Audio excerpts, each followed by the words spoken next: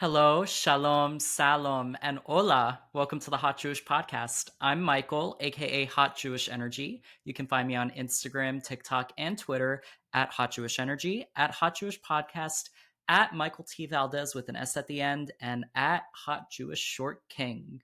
Welcome to the episode, everybody. Today is my last guest of season one. Yay! Very, very excited. The season finale is going to be just me because I wanted all my seasons to start with me and end with me. So I know that may sound a little bit weird and a little bit selfish, but I wanted to make sure that I gave myself the time that I needed to just be here with me for the beginning and the end. So yeah, I'm really, really shocked. The season has just been I couldn't have asked for it to go any better. It's truly been a blessing. I'm grateful to be able to do this, to be able to do what I do. I know that's saying a lot, but I why am I tearing up? I it's crazy. It's crazy that I get to be proud of who I am. I get to share in that pride with other people that I love seeing and watching and following and that inspire me, people that make me a better advocate, a better person. I'm fortunate. And it wouldn't be if it weren't for you guys, for the people that support me and the people that vibe with me, the people that criticize me, because I always ask for criticism, because how am I supposed to become better if I'm not criticized? So I thank you. I thank the haters too. Hell, the haters give me content. They give me content. That's the little part of it, but they keep me on my feet. They make me a wiser person, and they root me more in what I believe in. Enough about me. Today's episode, we're gonna get right into it. I have the phenomenal Ben M. Freeman coming in today. If you guys don't know who Ben is an author. He is an activist. He is from the UK. He wrote two beautiful books that we're going to talk about in this episode. One is called Jewish Pride. This was his first book that he wrote in 2021. And then Reclaiming Our Story, which just came out at the end of last year. You can also buy these on Amazon. I recommend that you buy them. Ben is just great. And to the one follower that answered guessing if Ben M. Freeman is going to be on the podcast, you are the reason he's here. You're the reason we got in touch. You're the reason that he is going to be here today. So thank you. I cannot remember who it was, but if you are watching, Ben M. Freeman is here because of you, and also because he is just phenomenal. And it was a great suggestion. I'm very excited to have him here. He is a queer Jew like myself, very, very fruity, which we love. Yeah, we're gonna get right into it after this very, very short break. You are watching the Hot Jewish Podcast with special guest Ben M. Freeman.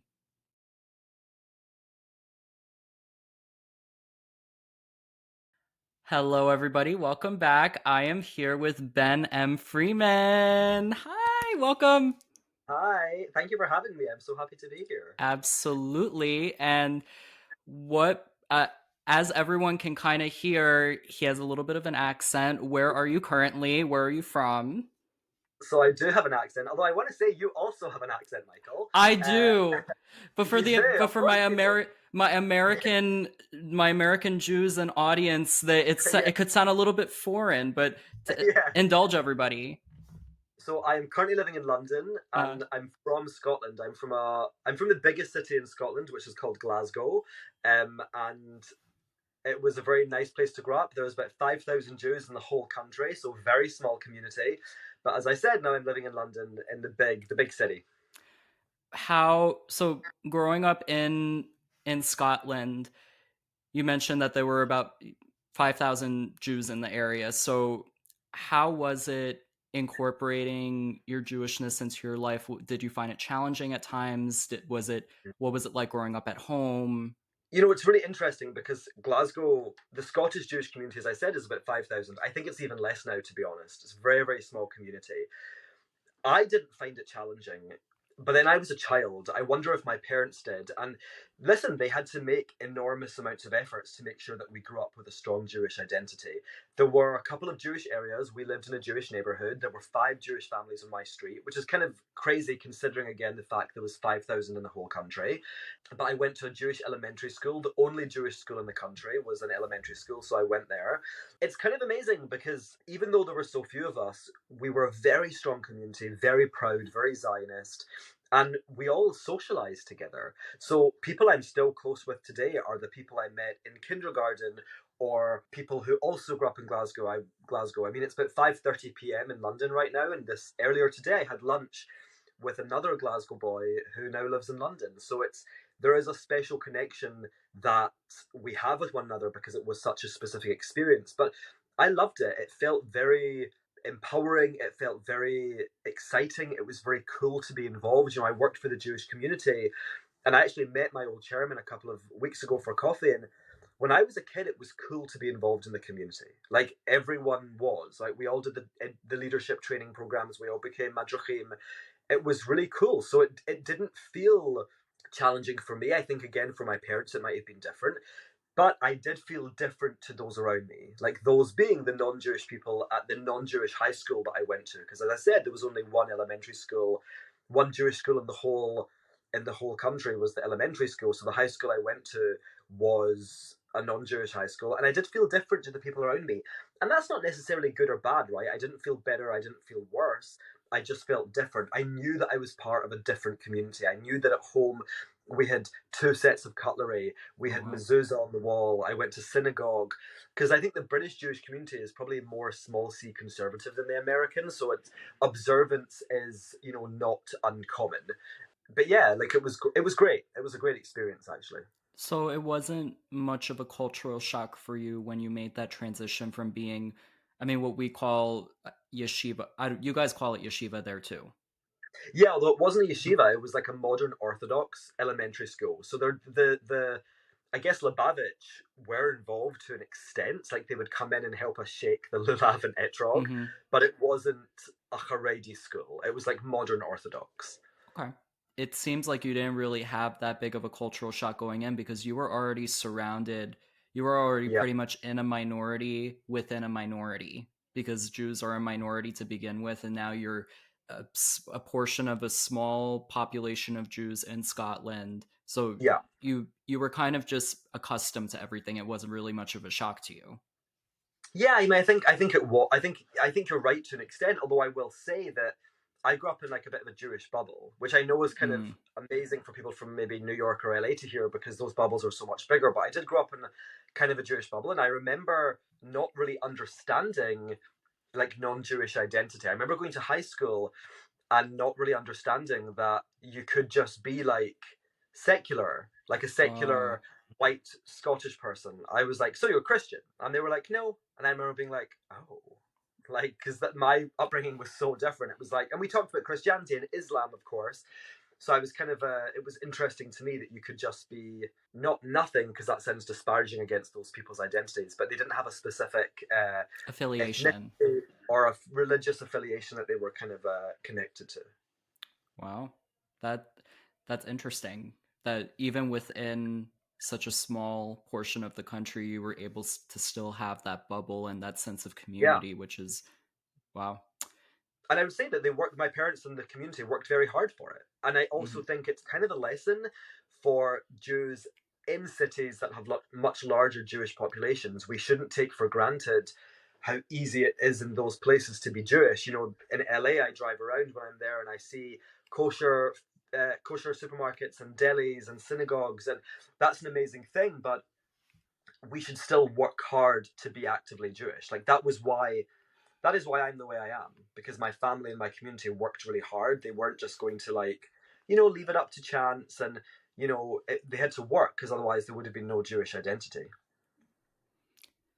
That yeah, I I totally I hear where you're coming from. That's like I'm sure a lot kind of a parallel to here in the States for people that are watching, kind of like Jews in the Midwest, some or in the Yeah, South, it can be very, very tough. You're in a minority within a minority. So I'm sure you, yeah, for people that identify that way or have that experience, they can relate to Ben in that way. You definitely had to work hard and your family had to work hard to keep that Jewish identity. For your followers, everybody knows that you are queer and that you identify as queer. How was that environment for you having another minority on top of being Jewish? Like how was that for you? It was a great challenge, and not really because I felt any source of tension with my Jewish identity. I have to Mhm. say, until I kind of, conceived or discovered or started working on Jewish pride, I saw that identities as quite separate. But I really struggled with my LGBTQ plus identity. Like, I had a hard time. I'm 36, so I was born during the AIDS epidemic, and I kind of feel that that colored the perception that existed of LGBTQ plus people when I grew up. So I had internalized huge amounts of homophobia and huge amounts of shame. So I had to do a lot of work to undo that internalization and to become proud. But it was quite separate. I was very lucky, and I actually think that our community is quite good at creating space for LGBTQ plus Jews. We're not necessarily in every single part of our community as we're aware, but there are communities that we can be a part of. And even in Glasgow, the Orthodox community were always incredibly respectful to me. And I worked for the community and came out while I was working for the community. And I was just as respected. I felt just as respected afterwards as I did before. But I was going through my own turmoil that was connected to society at large and overt homophobia and the shame that I felt. So when did with that big separation, especially right when you came out, you were trying to figure out what would work for you and what didn't work for you. How were you able to meld your queer identity and your Jewish identity? And I wouldn't say make it into one because obviously Yeah. we have different facets of ourselves, but how were you able to have them kind of meld well together in a way? It was really through the concept of pride. It was the idea of pride and the idea that both of these communities can benefit from the power of pride. And I think that that is one thing we have to understand. It is still Pride Month right now for the LGBTQ plus community, and my work is involved in building a Jewish pride movement. And for both communities, pride is transformative. It can change our lives. The journey that I went on with my LGBTQ plus identity informed the work that I did on Jewish pride, which is kind of extraordinary. And I'm very proud of that fact. I'm very proud to be a gay Jew and to be speaking all over North America and, all over the world.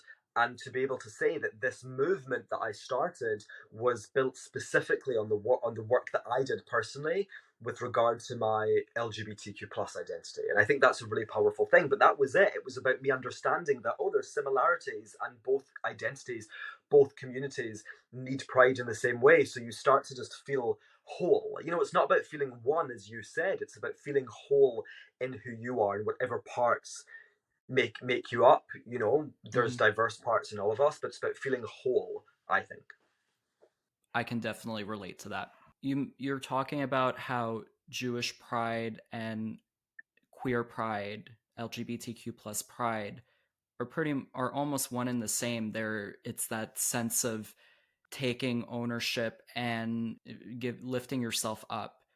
Who or what inspired you to make that realization to start the Jewish pride movement, which melds into the queer pride movement as well?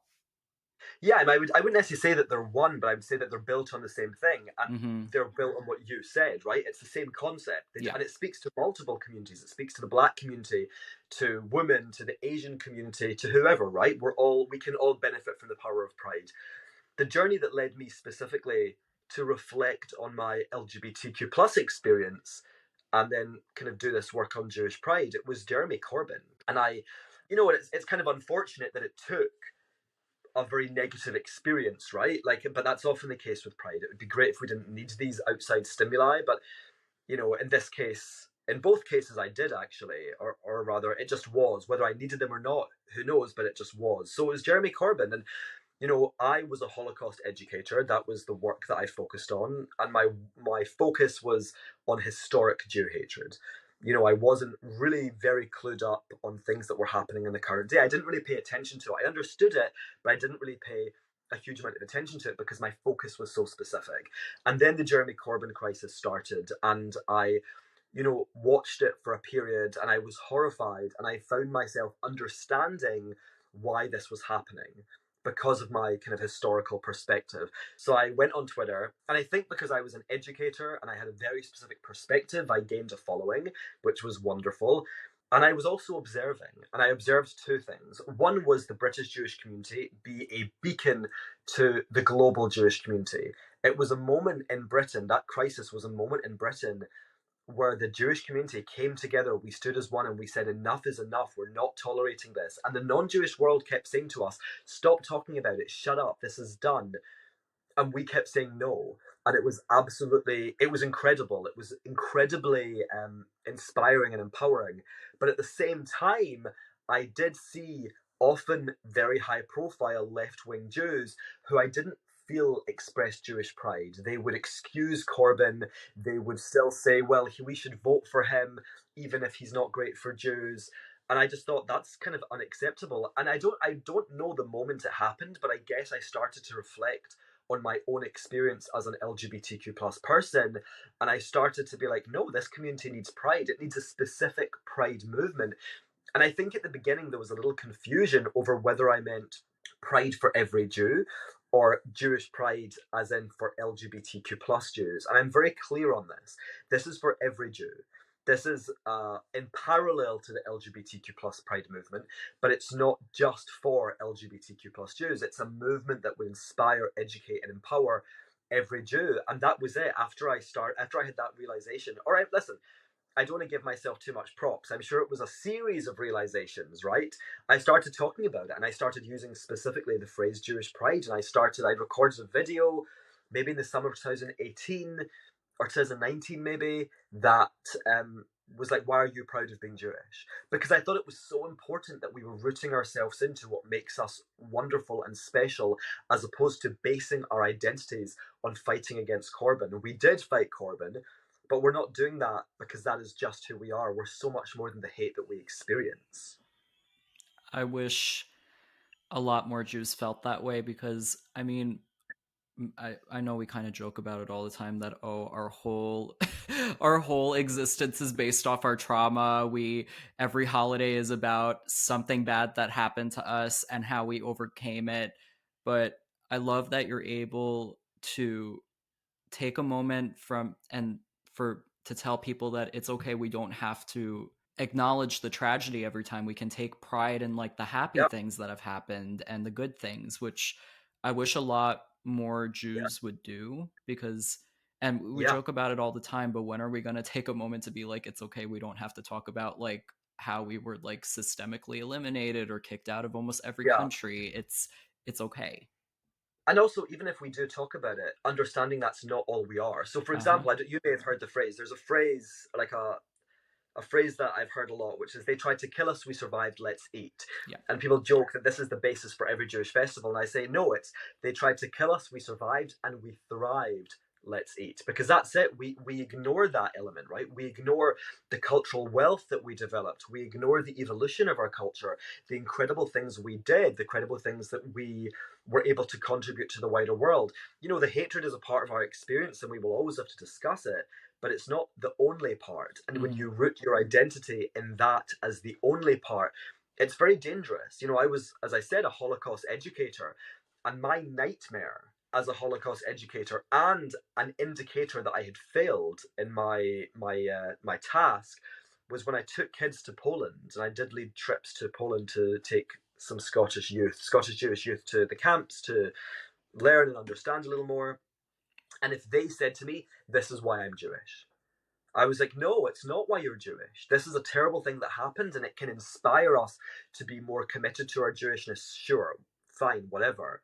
But this is not why we're Jewish. We're not Jewish because the Nazis and their allies tried to eliminate all of the Jews and 6 million of us were murdered. That's not why we're Jewish. We're Jewish because we belong to a beautiful, distinct civilization that is worthy of respect and that we should feel privileged to belong to. I really feel lucky to be Jewish.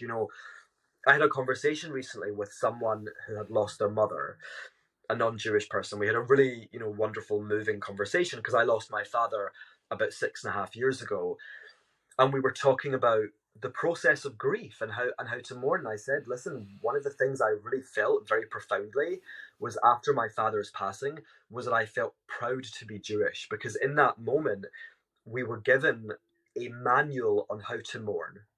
It was like, okay, we're going to have the funeral, then we're going to have Shiva. This is what we do at Shiva. Then we're going to have the Shloshim, the 30-day period following. This is how we're going to do then. This is what we're going to do then. We're not going to shave. Okay, great. Da da da da. We are a rich civilization that deserves respect just as any other civilization. And we need to understand that. And we need to take ownership of it. You know, just like LGBTQ plus pride has empowered us as LGBTQ plus people to take ownership of our identities, Jewish pride has to do the same. You know, we are the masters of our own destiny. We are more than the hate that we are targeted with, and we will not be defined by I yeah. it. Mic drop. Great. Mic drop. Done. It's all over. So after starting the Jewish Pride movement, did you at times kind of feel like you were preaching but you weren't practicing? Were there times where you doubted yourself, where you feared what you were preaching? Like, have there been moments? I've never been asked that question, and I've done a lot of interviews and events. That's a really fantastic question. So I'll take it the way I first interpreted it first, and then I'll move on to the way you kind of clarified. You know, have I ever felt that I'm not practicing what I'm preaching, which is what I thought you were going to ask, and I think that's a really important thing to discuss. And yeah, absolutely there were.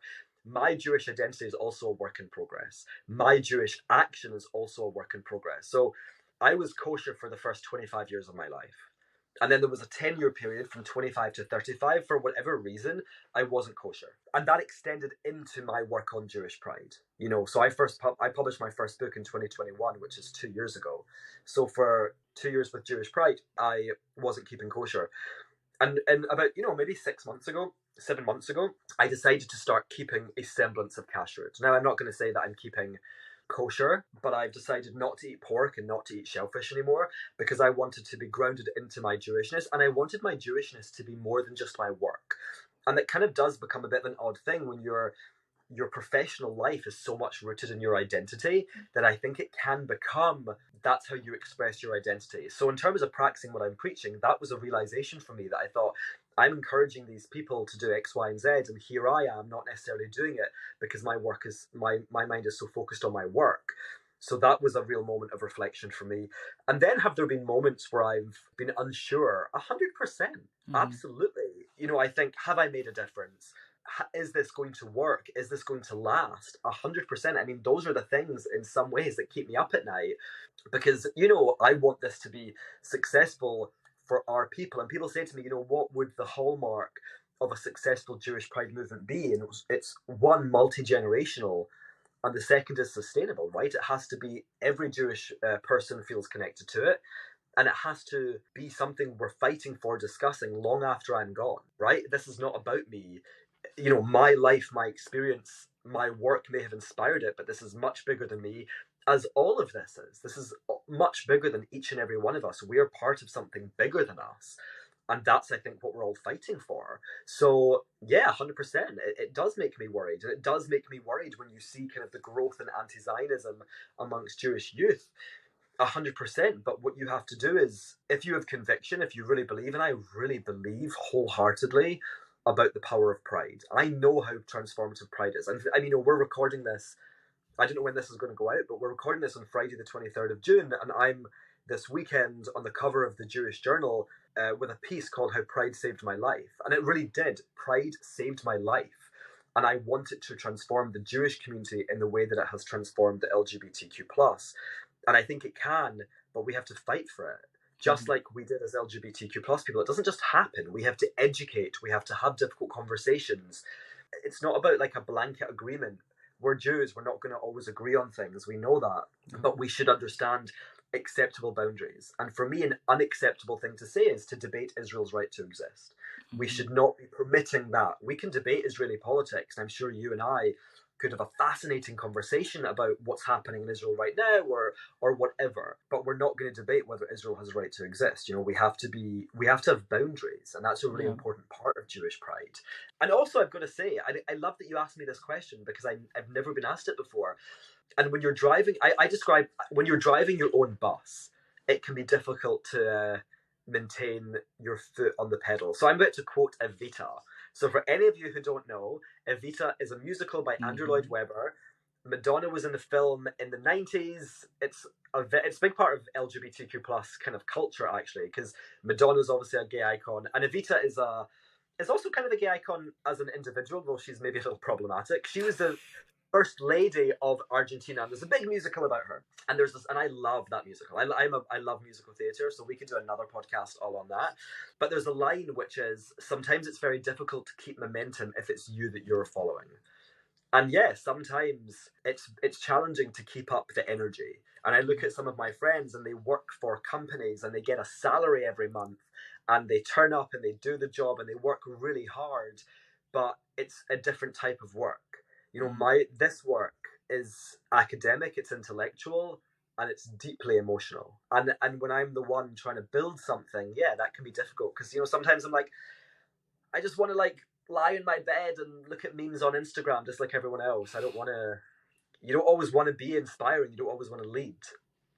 I definitely can feel that on a different level. I think other creators and other influential Yeah. people can feel that too. Or Yes.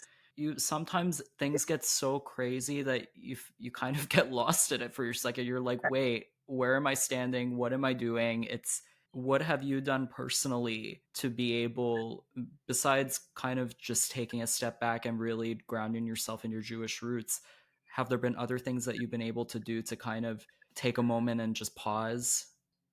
Yeah. I've come off social media not for very long, and I never announced it because I don't. I mean, I'm maybe part of me is scared to announce it in case no one cares. Right? That'd be really embarrassing if I'm like I'm going off Twitter and people are like crickets. So I don't announce it. I just kind of silently go off, and that makes a huge difference because I love social media in a sense because you and I met on Instagram, right? It Hmm. brings us together. I got a book deal because of Twitter. I gained this career because of Twitter. So I'm not going to sit here and bash social media without nuance, but it's also very toxic. It's Hmm. also very damaging. It impacts our mental health. And I will say I'm 36 and it still impacts my mental health. Going off has given me space at times when I needed it because I love the work. I love the history. I love being Jewish and I love the work. So it's not that the work exhausts me, but the way I have to communicate on social media and the way I have to interact on social media can be exhausting. So I've at times come off. And listen, it's scary. That can be a scary thing to do because you think, well, maybe I won't be relevant anymore Yeah. because I am building a career, right? It's there's two things happening simultaneously. Maybe I won't be relevant. Maybe people won't care. Maybe my following will drop. And I think this is actually a very brave thing to do, but you have to try your hardest to like cut out that noise and shut out that noise and say, no, I need a break. I will burn out. And there's definitely moments I felt like I was close to burnout. I'm in it for the long haul and it's a marathon, not a sprint. Actually, earlier this year, I'll say maybe March to April, I was feeling really burnt out, and I had just started working on my third book, which is like not a great combination, right? To start a new project and then feeling burnt out. I was like, I'm exhausted. I'm so mentally exhausted, and I definitely have had moments where I'm like, is this the work I want to be doing? And I was given very good advice, and I was told, take a break from social media and stop work on the book right now. You're not stopping work on the book, you're putting a pause on it.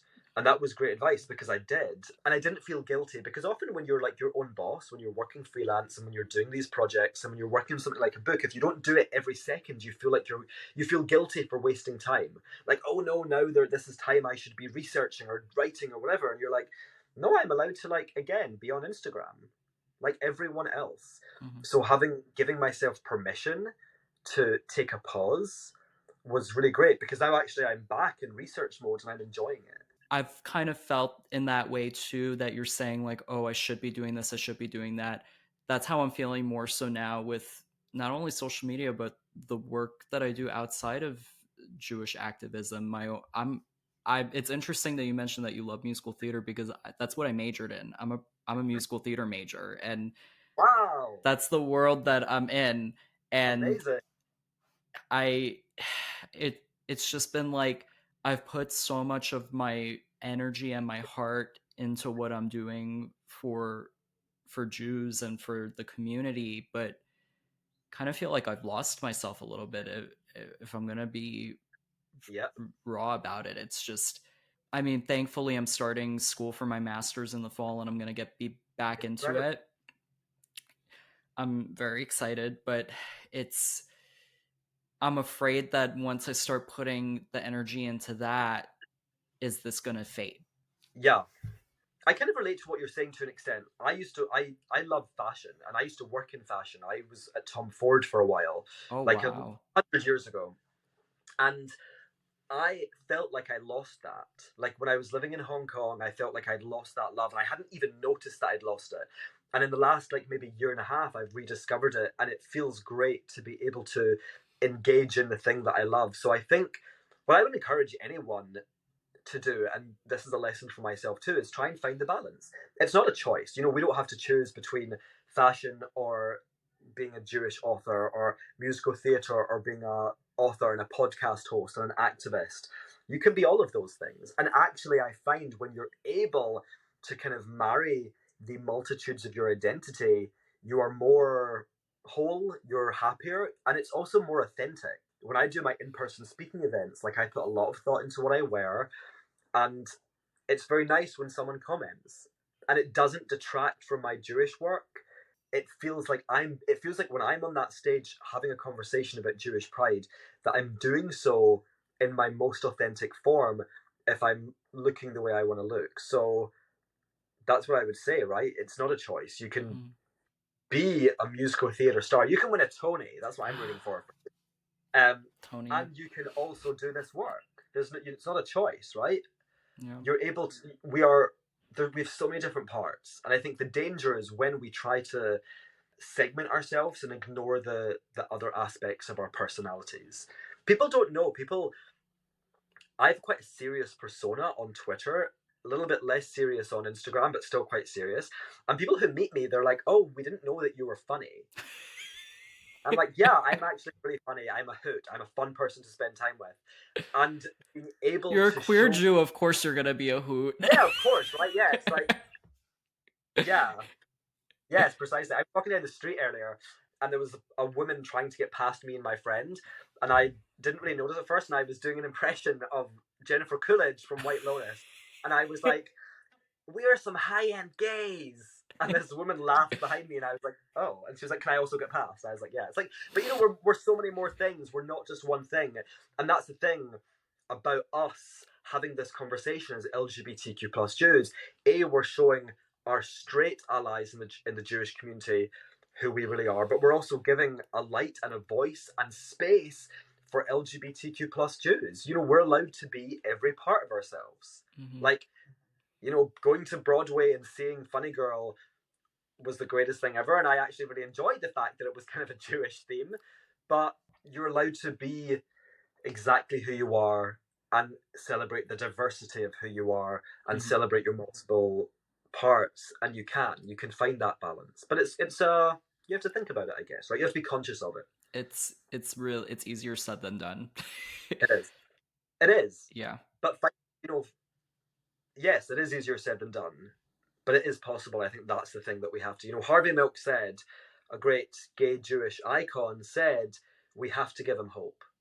And that hope is so important. And it is possible to find balance and to find peace, but it takes work. And let me tell you, as a 36-year-old, the work doesn't stop. When you fight, you're an adult, and you're like, oh man, all of the adults from my childhood were also just winging it. Like none of us have any idea what's going on. That's something because you're 36, I'm 23. You're like 13 years older My than God, I'm me. 13 years older than you. I had my bar mitzvah when you were born. Wait, Yeah, what?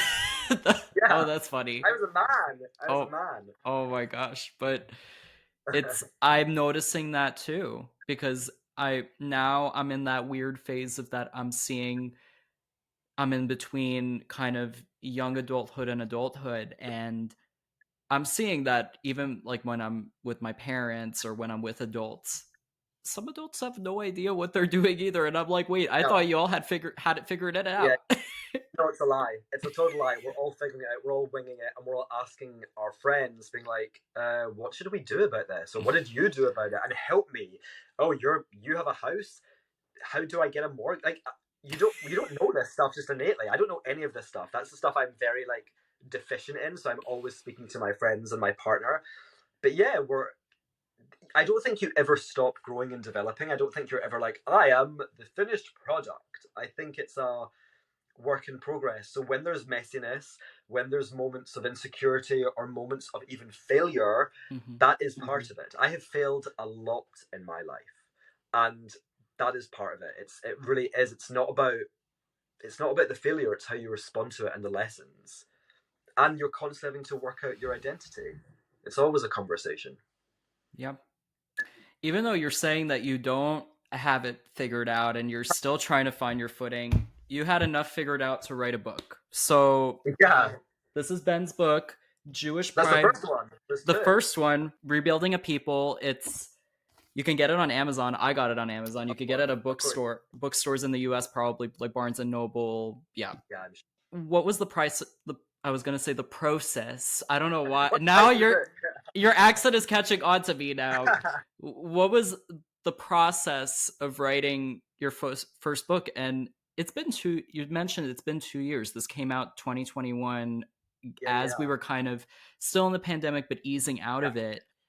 for sure. How do you feel that what you wrote in the book is still relevant now?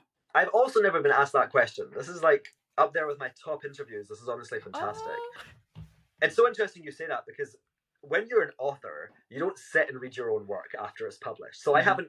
My second book came out in October of last year. I've not read it since it came out because that would be really weird. Imagine if I was sitting in an airport reading my own book and someone was like, "Who's that author?" I was like, "It's me." That's very embarrassing.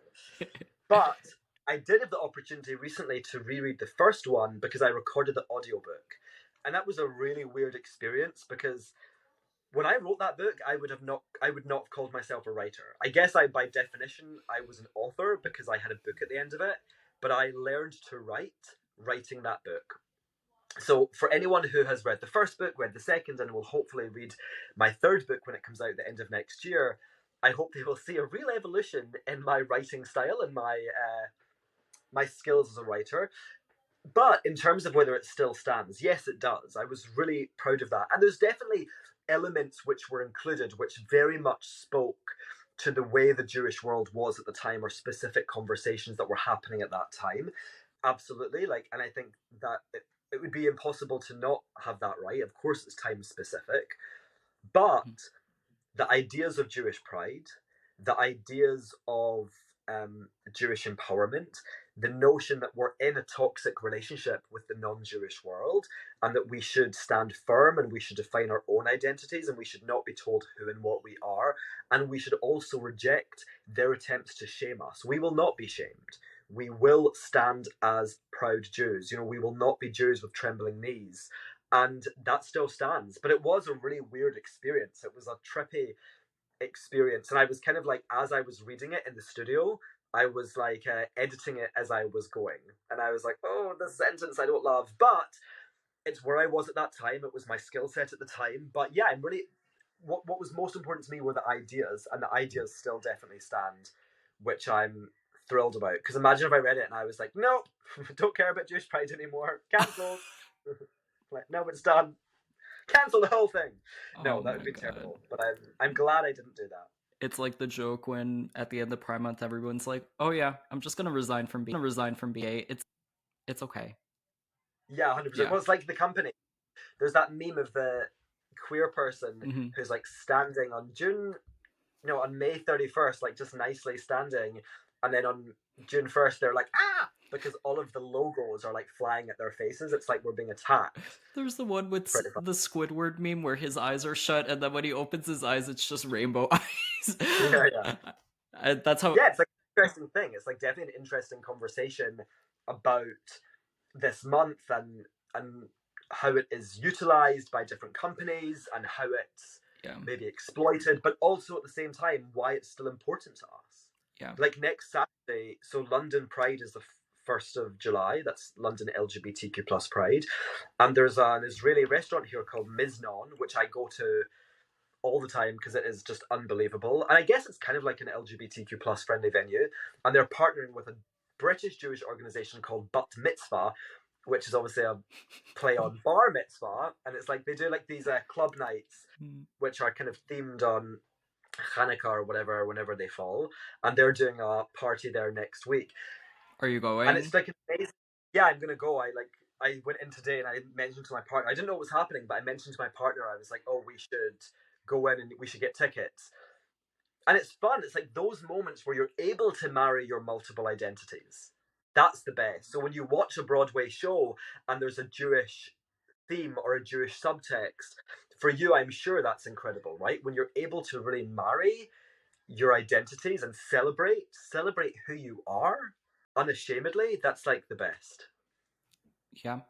You had mentioned that you were, while writing the book, you were definitely trying to get your footing as more so a writer. You're an author, but you were trying to get your footing as a writer. Did you, when you were compiling all these ideologies and all these thoughts and feelings and research that you wanted to share with the world, did you feel that it was tough putting that down in writing in a book? Yeah. No, because I'll give you an insight into my writing style. I guess I am a writer now because I have 2 books, I'm working on a third, I have a column in the Jerusalem Post, but the way that I write is to dictate to myself. Mm-hmm. So when I'm sitting there writing, I'm saying the words out loud and they form in my mind and I say them and I write them down. Yeah, like it's always challenging when you're trying to create a cohesive piece of work, right? Mm-hmm. And you want to tell a story and you want to make sure that everything you're doing is working. That's what I always say. I'm like, is this sentence working? Does this paragraph work? And it's not about whether it being good or bad. It's about, does it contribute to the aim? Does it answer my question? And that is a challenge for sure. And that's kind of a technical skill. It's why you have an editor to help you place it and place different things. But the act of actual writing and pouring my thoughts out, no, I found that very easy. As you can tell, I'm a talker. I have a lot of thoughts. So it was just a bit like blah blah blah blah blah blah blah blah. And then it's like, oh my god, I have a book. And then you have to edit it and make it like not garbled and take out the bits that don't work and rework some of the bits that do. So it's a process. It's like a real process, but it is a labor of love. It's kind of a bit crazy to me that I have 2 books out and I'm working on a third. I never thought that would happen. Like in a billion years, I never thought it. I never thought I'd be here interviewing people for a podcast, but here we are. Exactly. It's amazing. It's amazing. I kind of, do you ever feel when you're putting out all this work and you're very proud of your work and you're proud of the effort that you put into it, do you ever feel that sense of imposter syndrome? Because I definitely I'm kind of feeling it now. I'm like, wait, I did that? No, I didn't. I actually say I don't suffer from imposter syndrome, but I do have a moment when I'm right at the beginning of each of the books I've written, and even at the beginning of this one, I ask, am I smart enough to do this? Like, am I smart enough to write a book? And I wrote a book, I wrote 2 books, so I guess the answer is yes, I am. But yeah, for sure I have that question. And I think that you should be like, not necessarily asking if you're smart enough, but you should always have humility and checking in yourself and be like, am I the person to say this? And I really felt like I was. I am an LGBTQ plus Jew. I experience the power of LGBTQ plus pride. Yes, I am the person to write this book, but you still have that moment of fear or insecurity or nervousness.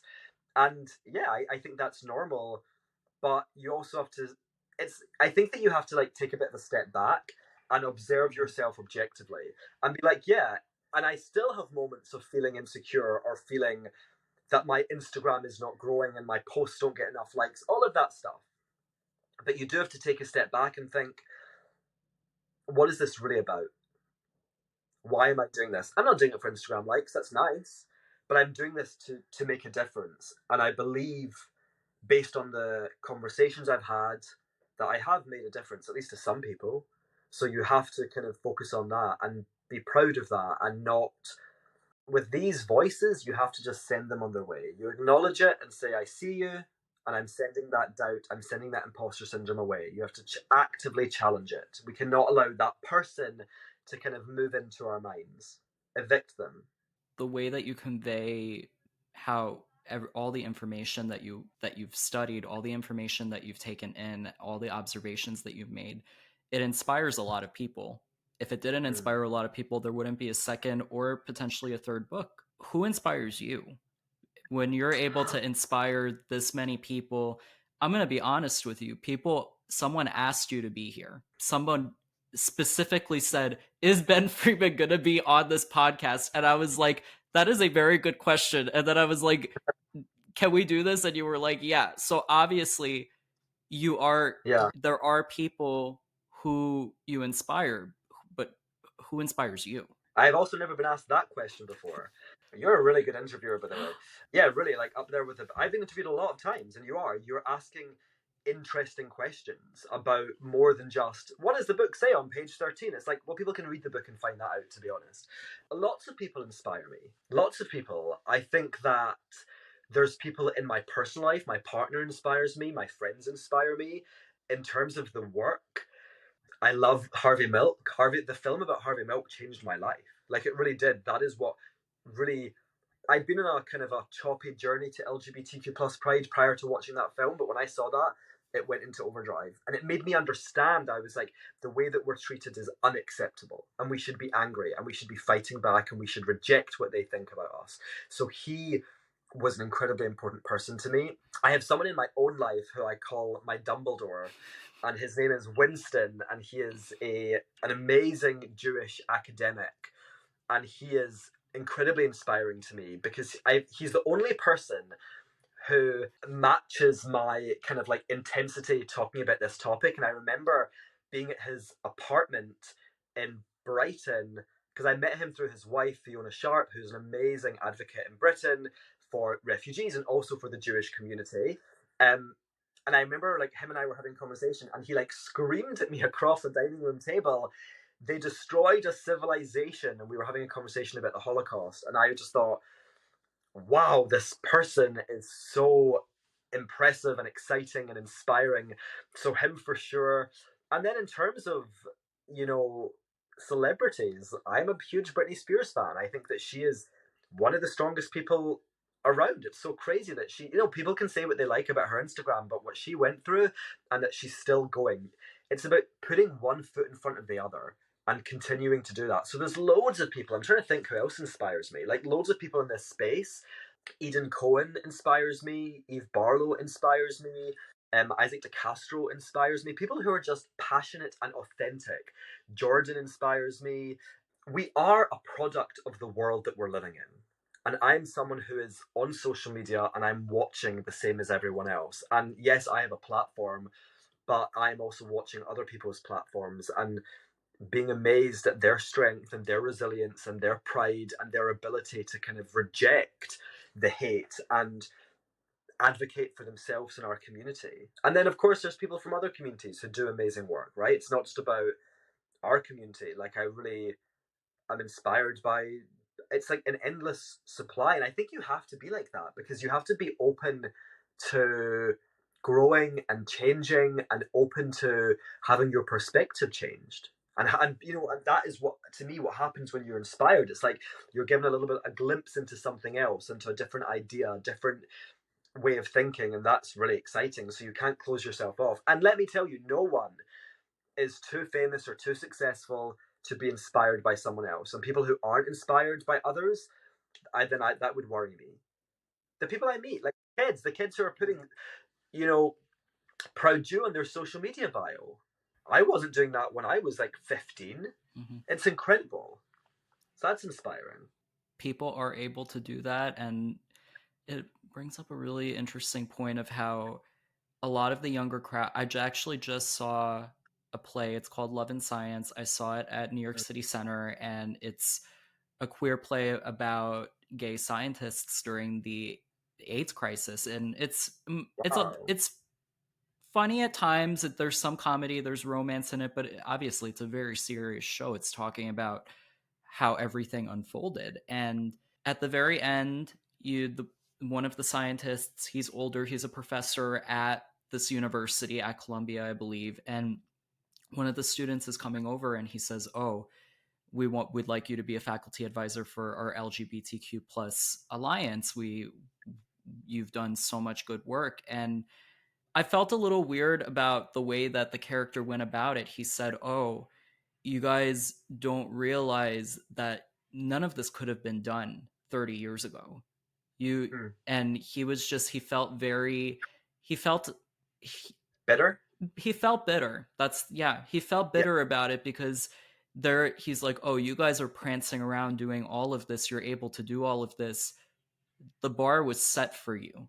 You did not set the bar. The bar yeah, was set for you. And you guys aren't acknowledging all the hard work that went yeah, into you being able to prance around in the street with a rainbow flag or to put on your bio that you're queer." And yeah. it's just, it made me think for a second. It made me think of like, we are doing all of this and we need to be more grateful to the people who set the way for us. And A he hundred brought up a percent. really good point. I mean, I didn't like the way that he did it. It kind of felt like he was attacking the student, but I kind of saw where he was coming from. Yeah, and I think that it's, yes, I agree. And I think in that context they were paying tribute because they were asking him to be the advisor. So, but anyway, it was a play. But yeah, I always talk about the modern Jewish pride movement because I don't want anyone to ever think that this is the first time Jews have had pride. We are standing on the shoulders who came before us. So whether it's the pioneers who built Israel, whether it's Ben Gurion or whoever, whether it's the Warsaw Ghetto uprisers, whether it's the leaders in communities in Poland or Tunisia or Iraq or America or wherever, the list can go on. We have the Maccabees, the Bar Kokhba revolt. We're standing on their shoulders. And that's why, again, specifically, I talk about the modern Jewish pride movement because we're inspired by them.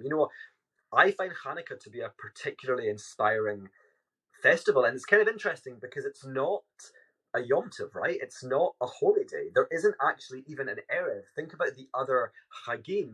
There's an Erev, there's a night before. There isn't with Hanukkah. It starts, we get into it, and that's day one, right? Like the first candle is day one. There's not like there's a pre candle. So, in some regards, it's less important, perhaps.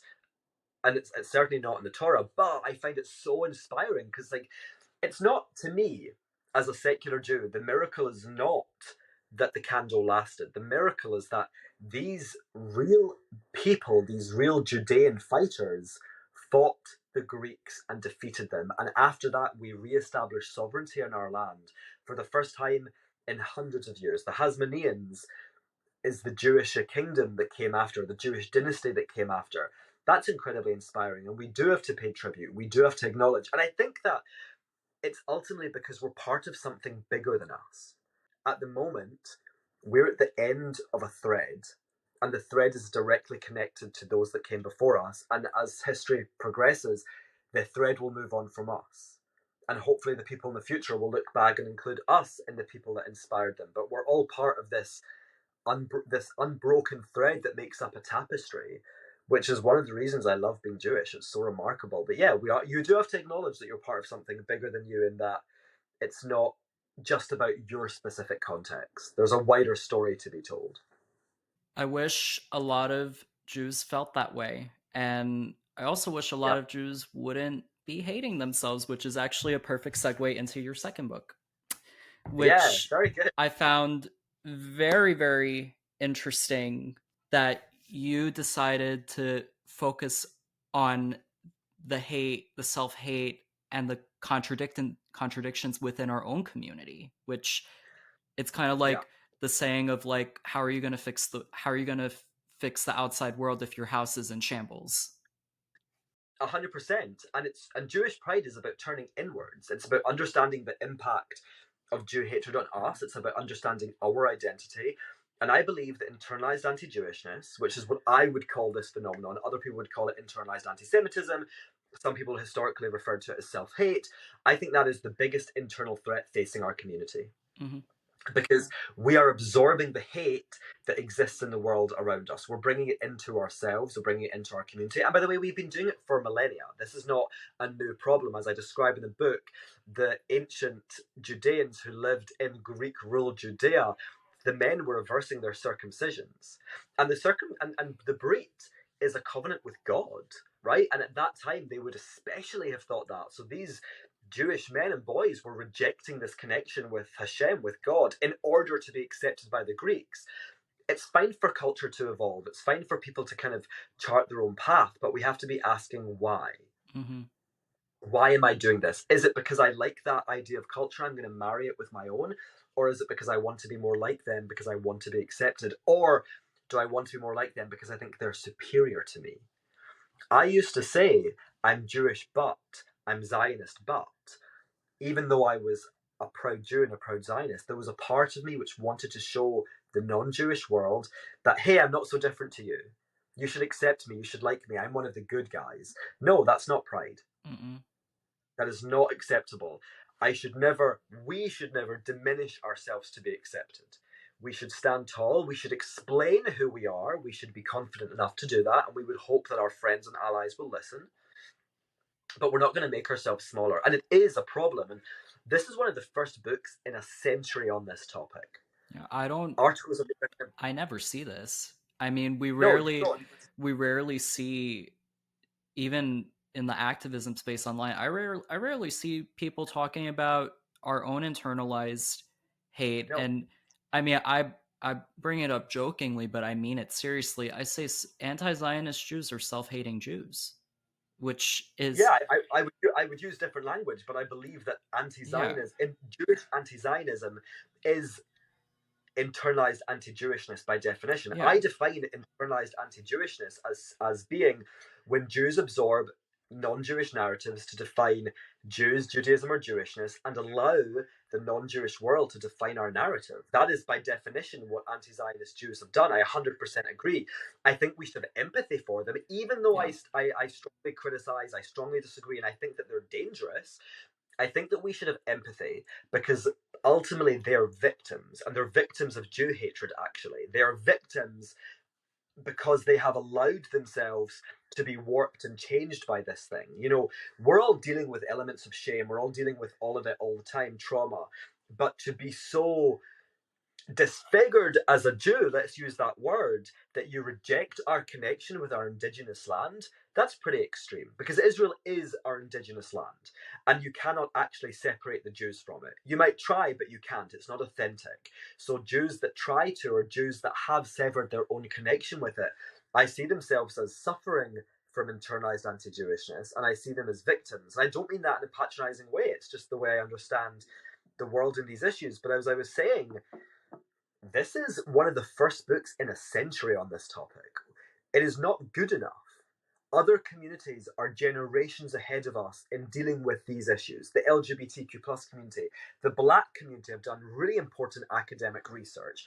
Why is that not happening in our community? There are reasons, I think, but they're not acceptable. We have to face our demons. We have to deal with these issues to create an authentic pride movement that, as I said, is multi-generational and sustainable.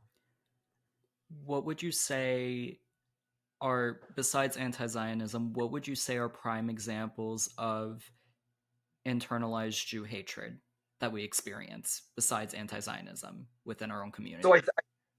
So in the book, I identify three different manifestations. So I'll work backwards because one of them we've referenced a lot already. One is deployment, and that is when a Jew deploys their identity as a Jew to harm the Jewish communities. And that's really what we see with anti-Zionists, because you never see a quiet anti-Zionist Jew. They're always trying to bring the whole house down. They're not saying to us, okay, I don't believe in it, but good for you. No, they're not saying that. The next is denial, and that's when one just denies their Jewishness or their connection to Jewishness or Judaism. And that often happens again because they misunderstand Jewish identity, Mm-hmm. and they would probably absorb non-Jewish ideas of Jewish identity, so they may not see themselves included. And the last form, which I think is perhaps the most insidious, is diminishment. And that is when you say things like, I'm Jewish, but I'm Zionist, but. Or you feel kind of maybe ashamed to tell people that you're Jewish, or you're frightened to tell people that you're Jewish. Maybe you won't stand up for Jewish people. Maybe you're told that we should not be centered even in stories about the Holocaust. Even examples of changing our names, changing our noses. Listen, people can do whatever they want with their bodies. This is not me judging. But again, we have to ask why. Mhm. And often, when Jewish people have engaged in nose jobs, it's to make them look less Jewish, inverted commas. The modern nose job was invented by an assimilated Jew who eventually gave out free nose jobs at the beginning of the 1930s to help Jews pass. We should know this. We should understand the impact that the hatred has on us. We're not defined by it. We're going to reject it.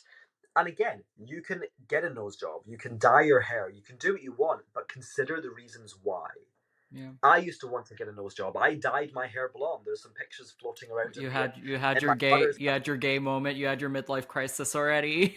Oh my god, yeah. Well, I'm 36. I think I'm well past my gay midlife crisis. But yeah, no, I dyed my hair blonde because I wanted to look, honestly, Aryan. I wanted to have a small nose. I wanted to dye my hair blonde because I absorbed the idea that to have darker hair, to have a certain type of nose was to be ugly. That is shame imposed on us by the wider world. So there's a plethora of examples. I've just touched on a couple. But what I do in the book and what I'll do here is encourage people to look inside themselves, do it without shame, do it with empathy. This is not our fault. This is something imposed on us by the wider world. This is not our fault, so we can look into ourselves knowing that we've done nothing wrong, but considering how we feel about our Jewishness and how we express it. Are we expressing it with pride, or are we maybe showing elements of shame? Hmm. And the answer, I can't answer that really. Everyone has to kind of find that answer themselves, but do the work. And there's now a conversation, thank goodness, happening about this, a small conversation because of the book, but we want this conversation to grow, for this to be something we discuss like other communities. And be able to, quote unquote, reclaim our story. Yes. And rebuild our people. Come on. It's like, and the reality is, Jewish pride is like not, it's like, yeah, obviously. Of course we should like ourselves. Of course we should Hmm. love being Jewish. It is a miracle. Are you in New York City? I'm on Long Island, so close enough. Yeah. Okay, you're in Long Island. I'm a Jew from Scotland living in London, and here we are having a conversation about Jewish identity in 2023. That, my friend, is a miracle. Hmm. It's extraordinary. Not just that we're still here, but that we're still here and we're so actively invested in our Jewishness, that we love it so much that we're willing to, spend time on a Friday evening having a long, beautiful conversation about what it means to be Jewish and the issues we face as Jews in the world. We should be immensely proud of ourselves. It's extraordinary. We're extraordinary. We are a miracle. We survived and we thrived, and Now let's. we're thriving. We already And we are. yeah, and Yeah, we are. Look at you. Look what you're doing. Like there's always Jews in every generation who will fight. mhm. That's extraordinary. The fact that you've created a podcast called Hot Jewish Podcast is a symbol of us thriving, actually, because it's new Jewish life being created all the time. The cultural wealth in our community is extraordinary. Hmm. And that's it, it made me think that you say that our culture is so rich. Our culture is so rich not only from where we come from our indigenous land, but also from the areas that we've been placed Yes. into. And I people they put so much there. They say diaspora is terrible. Of course, it's terrible. But what positive thing are we going to take from it? That now our culture is Yeah. so vast. We have so many different things going on that we didn't have before. It made our culture just Richer. rich. Yeah, richer. It did. And also, like, for people who are going to, like, poop on the diaspora, I would like to remind them of history. There were Jews who chose not to return from Babylon. There were Jews who lived in Alexandria, Jews who lived in Elephantine. There have always been Jews who lived outside our indigenous land, because we are actually just like any other nation. You can live where you want to live. There's British. I'm a British person. I lived in Hong Kong, Mhm. and it doesn't mean you're not proud of being a Jew. And we are a product. The marriage of culture in the places in which we lived is really amazing, and that did create beautiful Sephardic culture, which has real, not even echoes, which has reflections of Spain and Portugal. Ashkenazi culture, the different the various Mizrahi cultures. I mean, the languages. There's various Judeo-Arabic languages. There's Ladino. There's Yiddish. Of course, we should celebrate all aspects of Jewish life, and we shouldn't rank them. We shouldn't say that one is better than the others because it's not true. It's fundamentally false, actually. And they're each an expression, a kind of culturally specific expression, or a location specific I'll say that again, a location specific reflection of our indigenous culture. Think about Yiddish. Yiddish is written with Hebrew letters. So there is room for all of this, and every Jew should be able to celebrate our whole indigenous culture and also the thing that they maybe experience in the diaspora, if that's something they're connected to. You don't need to choose. Yeah, you shouldn't have to. And No. now that now I'm kind of gonna get into the little sneak peek that we were talking about before. So you have these two beautiful books. You have Jewish Yeah, Pride and you have Reclaiming Our Story. I You do. talked about the hate that we experience from the outside world. You talked about the hate that we experience from within our own community. I What will did. we see in a third book? Well, it's going to be called Harry Potter and the Missing Dreidel. No, I'm kidding. I love that though. I love Harry Potter. It's going to be so. The second book is called Reclaiming Our Story. I consider this book to be the story, and it's a study on Jewish indigeneity. Oh, wow. So where we come from. It's going to be a brief history of the Jewish people, and then an examination of indigeneity as a classification as set out by the United Nations, and examples of how we fit into those categorizations. And I think it's going to be, I hope beyond hope, it's going to be impactful, and it's going to help fundamentally people understand their Jewish identity a little more. And that's what it's about, right? Because it's about doing something with that information. It's not just like, okay, we're an indigenous people, cool, whatever. No, it's about, okay, well, what does that mean for us? How do we incorporate this aspect, this interpretation or understanding of Jewish identity into our lives? Because I really feel, even though I'm British, I feel like as a Jew, I'm a member of a Middle Eastern diasporic community. And I am actually, right? That's what it means to be a Jew in the diaspora, because that's where the word diaspora originated with our story. So, and it doesn't make me, you know, I don't have to choose. I don't have to diminish my Britishness. I can exist in this duality, but I can understand that I have a deep connection to the land of Israel, and that Zionism is an indigenous rights movement. And indigenous rights, again, were set out by the United Nations. And it's not really to argue or make a case, it's more just to help people understand, why the land of Israel? We were offered other lands. Why didn't we choose them? Because they were not our indigenous land. The land of Israel is our indigenous land. And again, it's a miracle that 2,000 years after most of us were expelled, not all of us, but most of us, we rebirthed our state. We regained sovereignty. And the prefix of re is really important. Regained, because we had it once before and it was stolen from us. And we have self determination now in our indigenous land. We're masters of our own destiny. And that's one of the incredible things about Zionism. And I guess what I want to do is offer people another dimension to connect with Israel. You can believe that God gave us the land and it's the promised land, and that's a wonderful thing to believe, and I would never diminish that or argue against it. But there's another dimension, which is that it is our indigenous land and we have a right to be there and a right to self-determination in it. I love that you're bringing that into it, because that sector of that whole, it feels wrong saying book sector, there's probably like a different term for it, but that whole genre, I feel like there's a lot.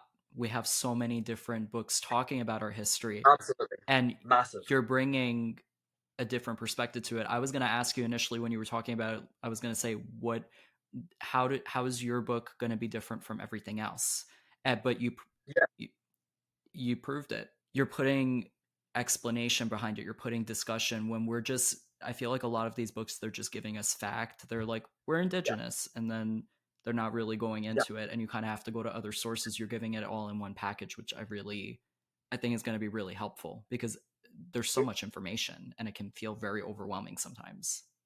Absolutely. And I think actually they don't use the word indigenous. Like a lot of these books will talk about Jews and Israel, Jews, Zionism, Israel. It's our promised land. It's our historic land. It's our ancient homeland. Like all of these kind of what I would refer to as euphemisms. Indigeneity, saying it's our indigenous land, is like an arrow straight to the center of the point. And you're right, there's so many books, which is, I've got to say, fantastic for me because it means that I have so much to draw from. And the research portion of my writing experience or process is enormous. And this, I'm going to be researching for months before I even start writing properly. I'm still researching right now. But yeah, it's about reframing it Mm. and helping people then understand why, like, why it matters in this specific context. And there's wonderful books that talk about aspects of this, but I've not really discovered any that talk about indigenous using that specific word. Well, yours is going to be one of the first, and it's going to give, Yay! and hopefully, I'm really, really hoping that it changes that narrative and it changes that Yeah, perspective for people because me I too. started using that vocabulary recently too, that we are indigenous, Yeah. from hearing other people say it, from looking into it more. And Mm, a lot of people still feel really uncomfortable saying it because yeah. then Me they're too. like thinking, "Oh, we're appropriating language that we're talking about that is used for like Native American culture, people who are indigenous to South America, North America, other Yeah. areas of the world." And I just I'm hoping that with this I'm hoping with this book that people feel more comfortable saying that because it is true. It's a fact. Yeah, and you're right. I mean, there's definitely others who talk about it for sure. There's people on social media, definitely articles have been written about it. So I'm not the first by any stretch of the imagination, but I'm one of the first who's putting it in book form. But Yeah. yeah, you're right. People are uncomfortable, and it's like other things. People are also uncomfortable with saying anti-Jewish racism, and they say, "Oh, you're co-opting." It's like, no, I'm deeply respectful of other experiences, but I also want to accurately represent my experience. And when you understand, when you explore the 7 criteria set out by the United Nations, it's like they were written about us. And there's one which is very problematic, which says basically that the indigenous community has to be a minority in their own land, which is kind of an insane thing to say. So if, say, the native or the indigenous Americans, excuse me, regain territory, they would no longer be indigenous to the land. No, it's they're still indigenous. They should be considered as indigenous, and they're still indigenous to the land. So I fundamentally disagree with that. But the other 6 are really, they could be written about us. It's extraordinary. Even kashrut, the mezuzah, tefillin, the mikvah are all indigenous acts. Even circumcision, the brit, is an indigenous act. And we have to start understanding this, right? It's that reframing. It's a lot of this is quite obvious actually when you start to be like, well, yeah, of course, like it comes from there, it's rooted there. Pesach, Shavuot, Sukkot were harvest festivals. We have a new year, a birthday for trees. It's a very agricultural setup. Hmm. It's rooted in we have a Shivat Haminim. We have 7 species of fruit, right? It's all about the land and us being rooted there. Not just that we come from there, that we're rooted there. Um, and yeah, it's extraordinary. And we have to start utilizing this idea. And of course, some might say, indigeneity is a modern concept to an extent, maybe even a non-Jewish concept.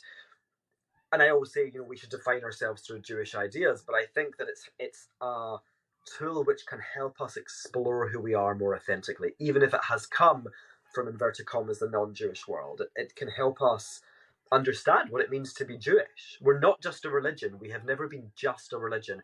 We have a God. We have religion, but we're not just a religion. We are a nation, a people, an indigenous tribe. And ethnicity. Indigenous tribe. Duh, and ethnicity, exactly, all of this Yeah. stuff. And we should claim it. We should reclaim it, reclaiming our story. Reclaim and hopefully reframing it too, as you mentioned. Yeah, of course. Yeah. And That's it.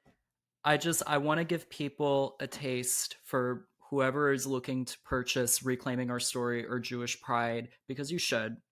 I I want to give people a taste into what you're gonna get. And this is a quote from one of your reviews from Seth Mandel, executive editor of the Washington Examiner magazine. He said that Ben brings clarity and precision to a debate that is too often conducted with buzzwords and insinuations. This book is an essential guide to understanding internalized anti Jewishness. So, Seth is referring to Reclaiming Our Story, Ben's second book, and breaking free from its constraints. We must not let a hostile world determine our identity or our fate. Let us heed Ben's call to reclaim our story. Oh, If that doesn't say enough, I don't know what else does. There was a now have a whole episode talking about yeah. the greatness of these two beautiful books, and as Ben as a person. The whole goal of this whole podcast. It's interesting that you say, "Oh, you asked me questions that no one's ever asked me." I didn't want to ask you questions about the book because people can go read it. I didn't want to ask you Yeah. about questions that are online because people can go read it. I wanted it to be, I say this, I think I've said this in so many of the episodes before yours, but I wanted this to be people seeing you through a lens outside of your page, outside of Mm. your work, your literary work, outside of other interviews. I wanted it to be, I'm hoping, a little bit more personal. And I really appreciate you being here today and for sharing your time and sharing your knowledge and sharing your insight into Jewish pride.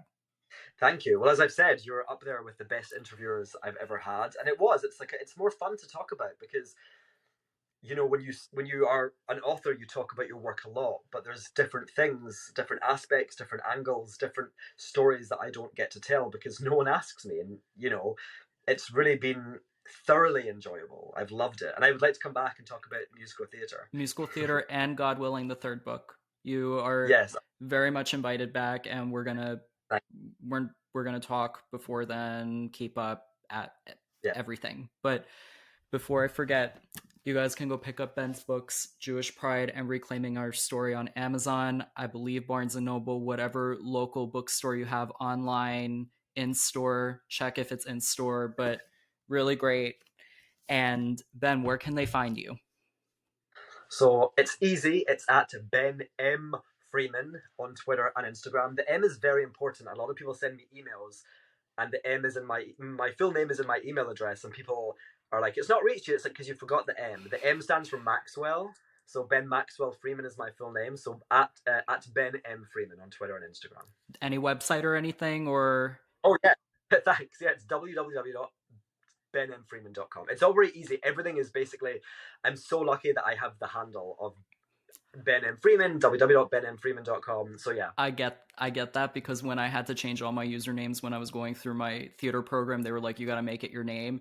Michael Valdes was already taken, but once I put the T in the middle for my middle name, everything Yeah, changed. So that's it. that's it. That's it. But thank you so much for being here. Thank you guys so much for supporting this season. This is my last guest of the season. You're going to get the season finale coming up next week with just me because I wanted it to start with me and end with me, but this is my final guest of the season and I could not be happier. Thank you, Ben, so much for being here and for sharing your time. And thank you guys for watching.